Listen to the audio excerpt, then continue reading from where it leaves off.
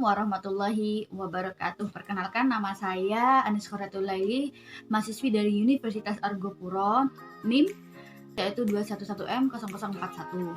Video kali ini, yaitu lanjutan video kali ini, saya akan membahas tentang dimensi gender dan inklusi sosial atau Gender Equality and Social Inclusion atau GESI ya, GESI.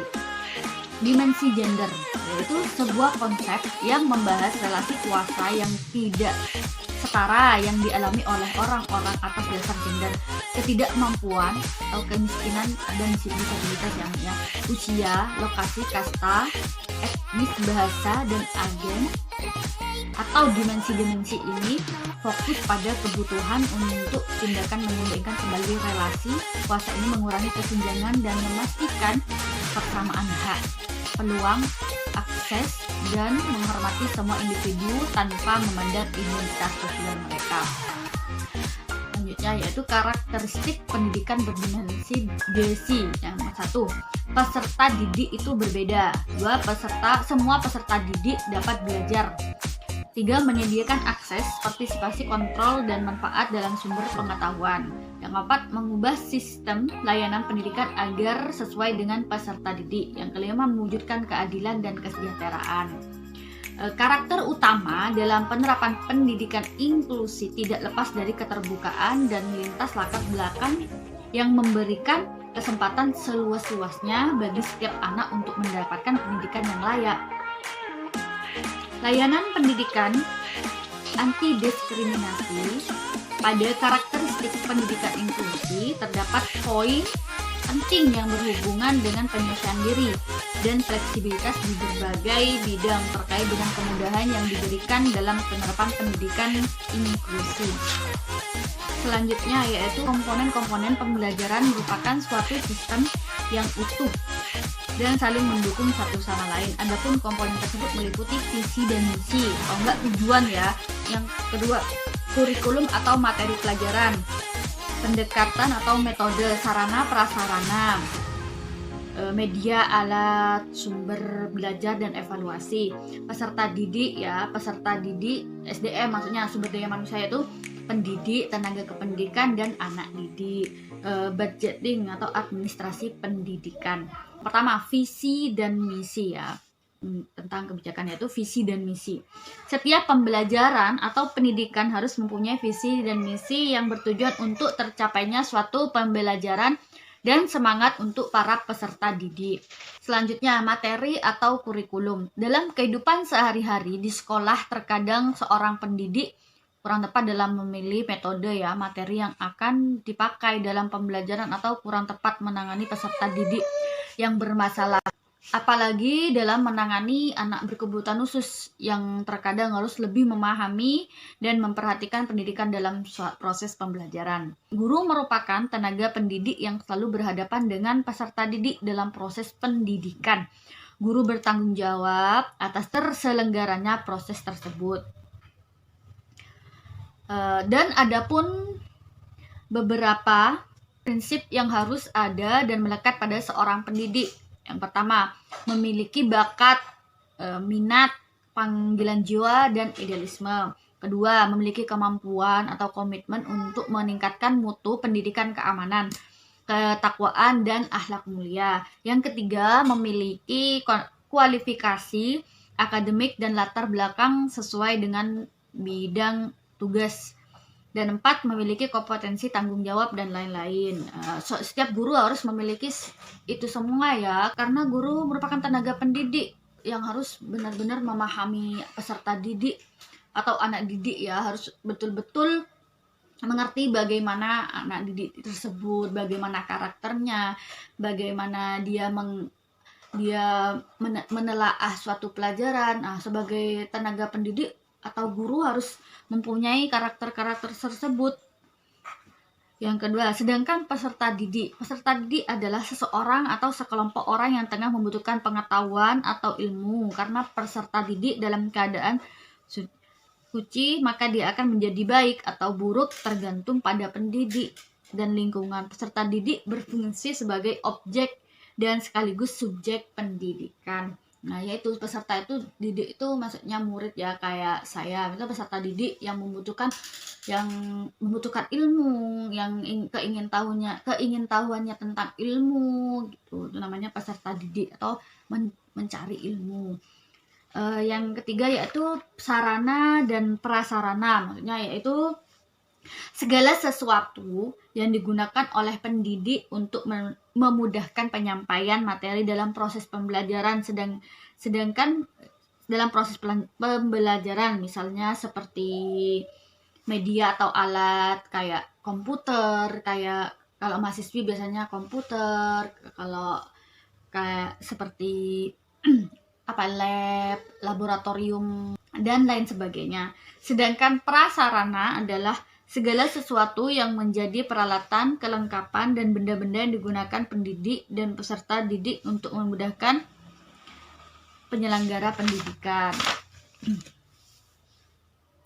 Jadi dapat dipahami bahwa komponen manajemen secara GESI atau layanan pendidikan bagi mereka yang berkebutuhan khusus hendaknya menggunakan pendekatan humanis ya, lebih pendekatannya harus lebih memahami kalau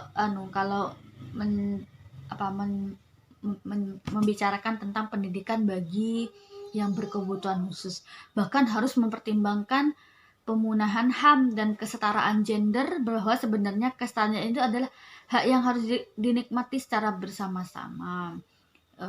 Maksudnya kita sebagai normal dan ABK itu sama-sama mempunyai keadilan atau hak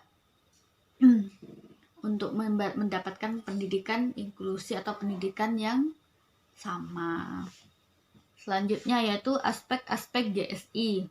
1. Akses kesempatan yang sama dalam memperoleh hak dasar, yaitu aksesnya kesempatan yang sama, kesempatan dalam mendapatkan pendidikan, kesempatan dalam mendapatkan apa saja, entah itu tentang materi, kurikulum, perhatian dari seorang pendidik harus mempunyai kesempatan yang sama, harus sama gitu ya. Partisipasi yaitu perlibatan yang seimbang dalam memperoleh sumber daya. Kontrol yaitu keterlibatan dalam pengambilan keputusan.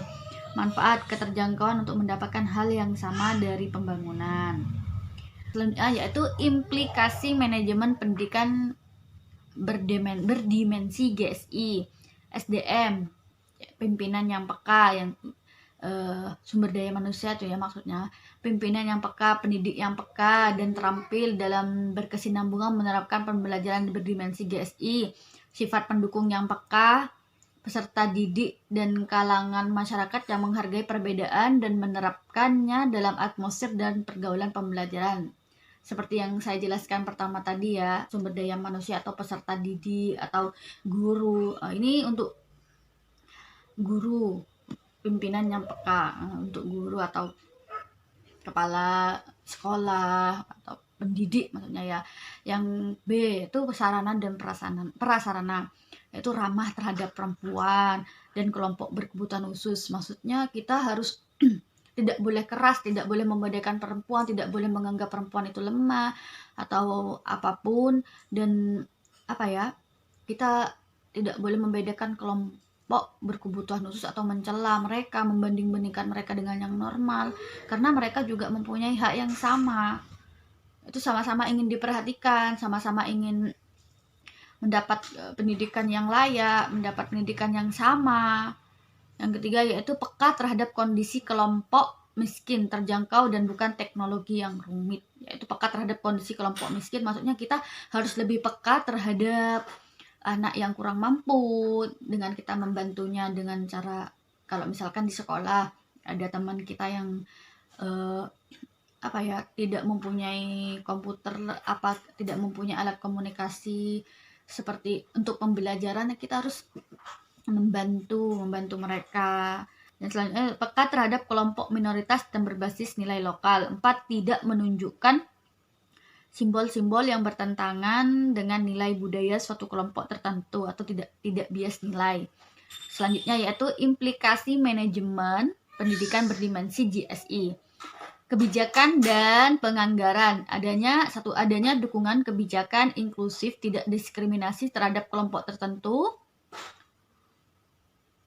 seperti kelompok dengan kondisi fisik berbeda tidak bisa masuk fakultas tarbiyah. Yang kedua, bila perlu ada kebijakan afirmasi untuk kelompok perempuan dan perempuan miskin, misalnya dosen perempuan paruh waktu dan peserta didik perempuan yang harus bekerja. Pengadaan prasarana yang ramah gender.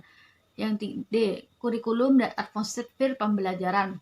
Media yang terakses oleh semua kelompok kondisi peserta didik, metode atau model pembelajaran aktif dan memastikan partisipasi semua kelompok. Yang ketiga, pelibatan peserta didik dalam diskusi kritis. Pembelajaran berbasis pada peserta didik bukan pada guru sehingga memiliki pandangan yang berbeda dengan pendidikannya. 4. Membiasakan menggunakan bahan referensi yang beragam. Bagaimana kebijakan pendidikan kita? Adakah nuansa diskriminatif atau sebenarnya sebuah kebijakan afirmatif? Nah, kebijakan afirmatif itu perlu untuk kelompok perempuan dan perempuan miskin ya, perempuan waktu, tidak adanya diskriminasi terhadap mereka tentang kekerasan, tentang lain sebagainya dah. Yang kedua, apa yang bisa dilakukan untuk memastikan kebijakan pendidikan terkait pada semua kelompok golongan di masyarakat? Yaitu harus adanya media yang terakses, terus model pembicaraan aktif, dan pelibatan peserta didik dalam diskusi pembelajaran. Membiasakan menggunakan bahan referensi yang beragam. Nah, itulah video pembahasan tentang dimensi gender dan inklusi sosial atau gender equality and social inclusion atau GESI yang bisa saya paparkan ya. Kurang lebihnya saya mohon maaf. Wassalamualaikum warahmatullahi wabarakatuh.